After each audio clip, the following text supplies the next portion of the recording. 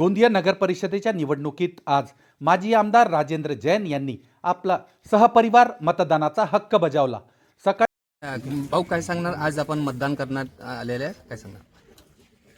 आम्ही नगर परिषदची निवडणूकसाठी सहपरिवार आज मतदान केलेलं आहे आणि आम्हाला पूर्ण विश्वास आहे की आज जे मतदान आम्ही केला त्याच्यात राष्ट्रवादी काँग्रेस पार्टीची घडी नक्कीच निवडून येणार आणि उद्या जे परिणाम येणार आहे त्यामध्ये राष्ट्रवादी काँग्रेस पार्टी गोंदिया नगर परिषदमध्ये 1 नंबरवर राहणार अशी आमची कल्पना आहे।